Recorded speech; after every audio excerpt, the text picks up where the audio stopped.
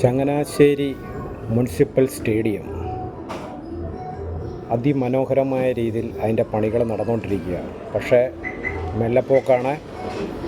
ഏതാണ്ട് 3 വർഷത്തോളം അടുത്തായി അതിൻ്റെ പണി തുടങ്ങിയിട്ട്.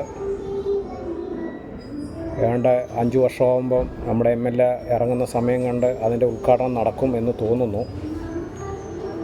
നമ്മുടെ മുനിസിപ്പൽ മുൻ ചെയർമാൻ ചങ്ങനാശ്ശേരി നഗരപിതാവ് PP ജോസ് അതിമനോഹരമായ രീതിയിൽ പണിത് നമ്മുടെ ചങ്ങനാശ്ശേരിക്കാരുടെ കയ്യിൽ തന്ന ഒരു സ്റ്റേഡിയമാണ്. അതുകൊണ്ട് അദ്ദേഹത്തെ ഒരിക്കലും നമുക്ക് മറക്കാൻ പറ്റത്തില്ല. ഇന്നുള്ള തലമുറകൾക്ക് അദ്ദേഹത്തെ അറിയത്തില്ലായിരിക്കും. പക്ഷെങ്കിൽ അങ്ങനെ ഒരാൾ ചങ്ങനാശ്ശേരിക്കുണ്ടായിരുന്നു.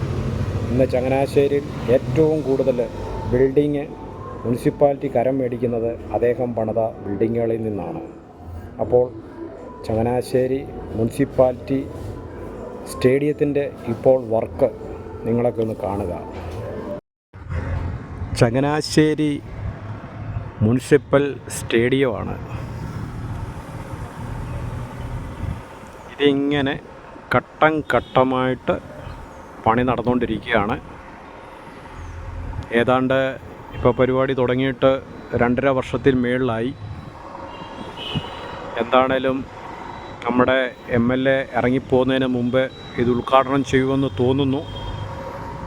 ലാസ്റ്റ് മിനുക്കുമണിയൊക്കെ നടന്നുകൊണ്ടിരിക്കുക എന്നാണ് ഇവിടെ ചോദിച്ചപ്പോൾ ഉള്ള അറിവ്. പക്ഷേ ഇനിയിവിടെ ഒരുപാട് പരിപാടി തീരാനുണ്ട്. കാലാവസ്ഥയുടെ ഇതുണ്ട്. പിന്നെ ഇതിന് ഘട്ടം ഘട്ടമായിട്ട് പൈസ കൊടുക്കത്തുള്ളൂ.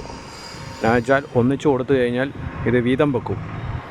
അപ്പോൾ അതുകൊണ്ട് ഇവർ ഓരോ പണി തീർത്ത് കൊടുക്കുന്നതിനനുസരിച്ച് മാത്രമേ ഫണ്ട് അനുവദിക്കത്തുള്ളൂ. ഇത് പണിയെല്ലാം തീർന്നു കഴിഞ്ഞാൽ ഏതാണ്ട് കോട്ടയം ജില്ലയിലെ തന്നെ ഏറ്റവും നല്ല ഒരു സ്റ്റേഡിയം ആയിരിക്കും. നമ്മുടെ പാലായിലെയൊക്കെ വലിയ എമൗണ്ട് മുടക്കി ചെയ്തിട്ട് എല്ലാം പായൽ പിടിച്ചൊക്കെ കിടക്കുക. പിന്നെ കോട്ടയത്തെ അവസ്ഥ പറയണ്ടല്ലോ, അത് ചെറിയ മിനി ഡാമാണ്.